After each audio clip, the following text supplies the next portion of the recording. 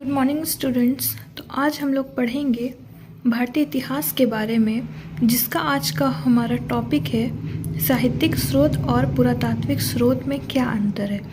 तो स्रोत का मतलब तो आप लोग जानते ही हैं, फिर भी आप लोगों की जानकारी के लिए बता दें, स्रोत उसे कहते हैं कि जहाँ से हम लोगों को इतिहास के बारे में जानकारी मिलती है।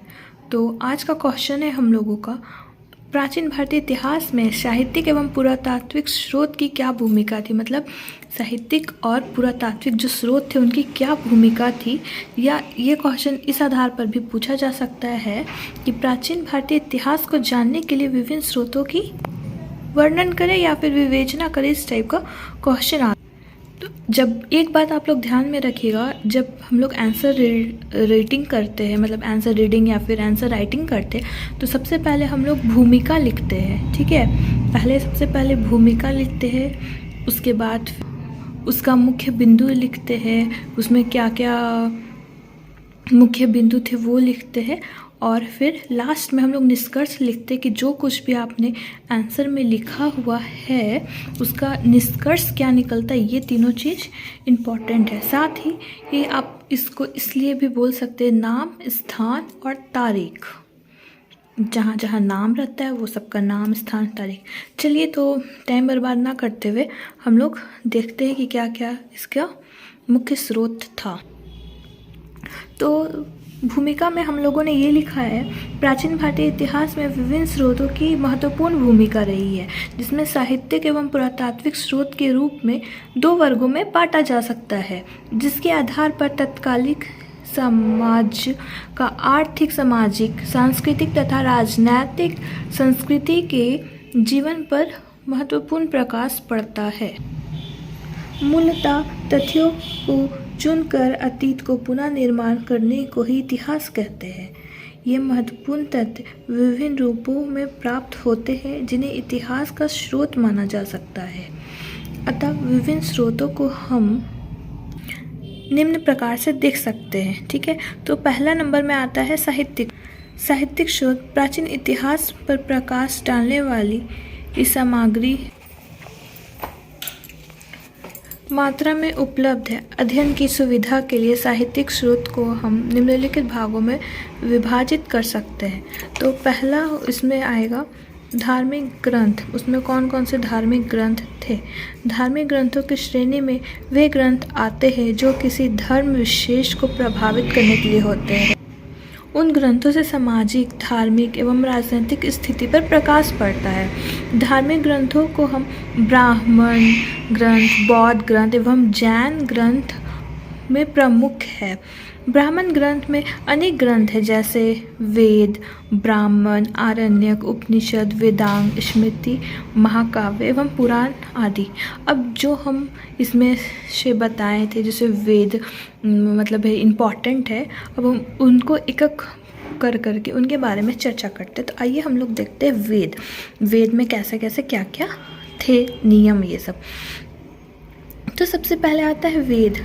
आर्यों में वेद अपने विचार, नियम, व्यवस्था आदि को वेदों में संकलित किए जाते हैं। इसके आधार पर इसे आर्यों का ग्रंथ कहा जाता है।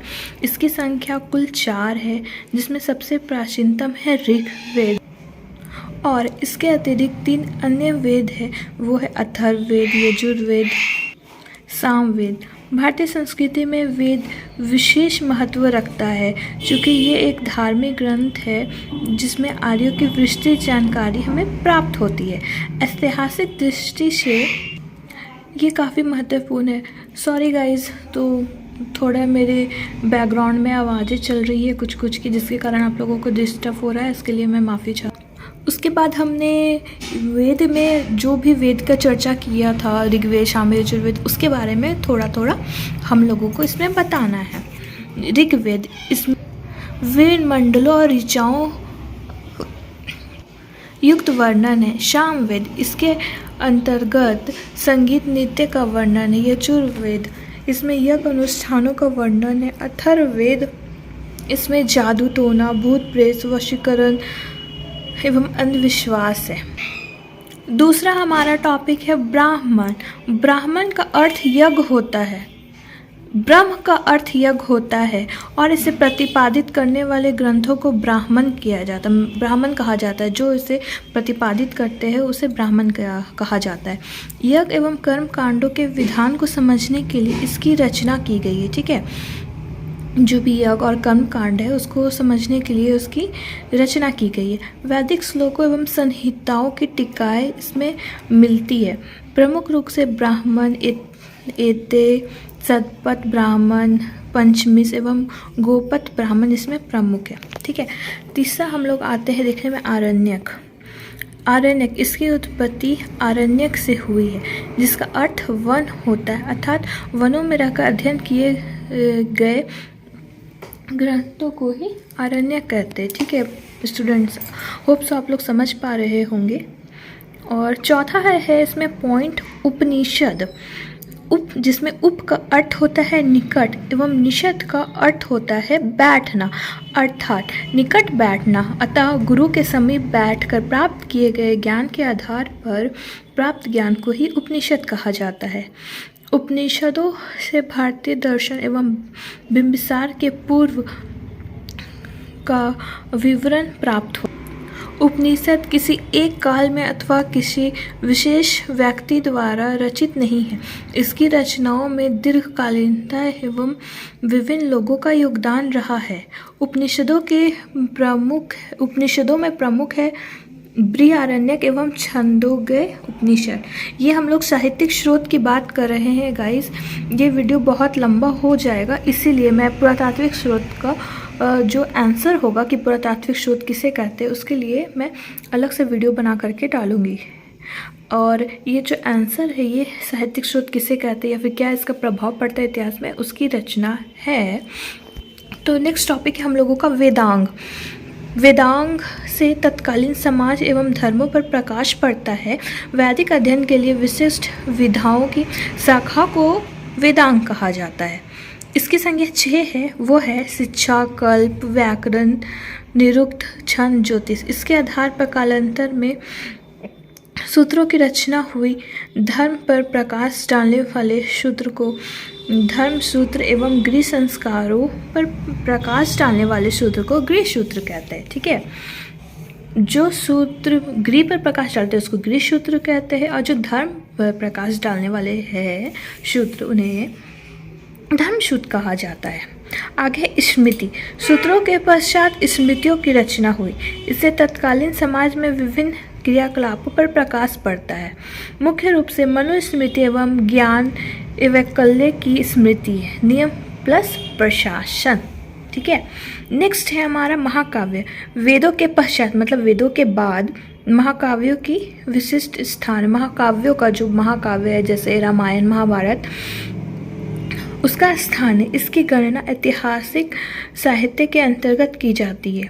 ये महाकाव्य रामायण व सामाजिक, राजनैतिक, धार्मिक, आर्थिक, संस्कृति पर व्यापक प्रकाश पड़ता है।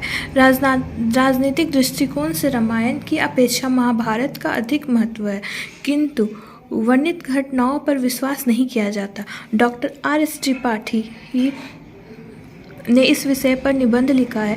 निस्संदेह हम प्रबंध महाकाव्यों में भारत की तत्कालीन धार्मिक एवं सामाजिक स्थितियों में रुचिकर संग्रहण हुआ है, किंतु राजनीतिक घटनाओं के क्रमबद्ध इतिहास के रूप में ये असंतोष।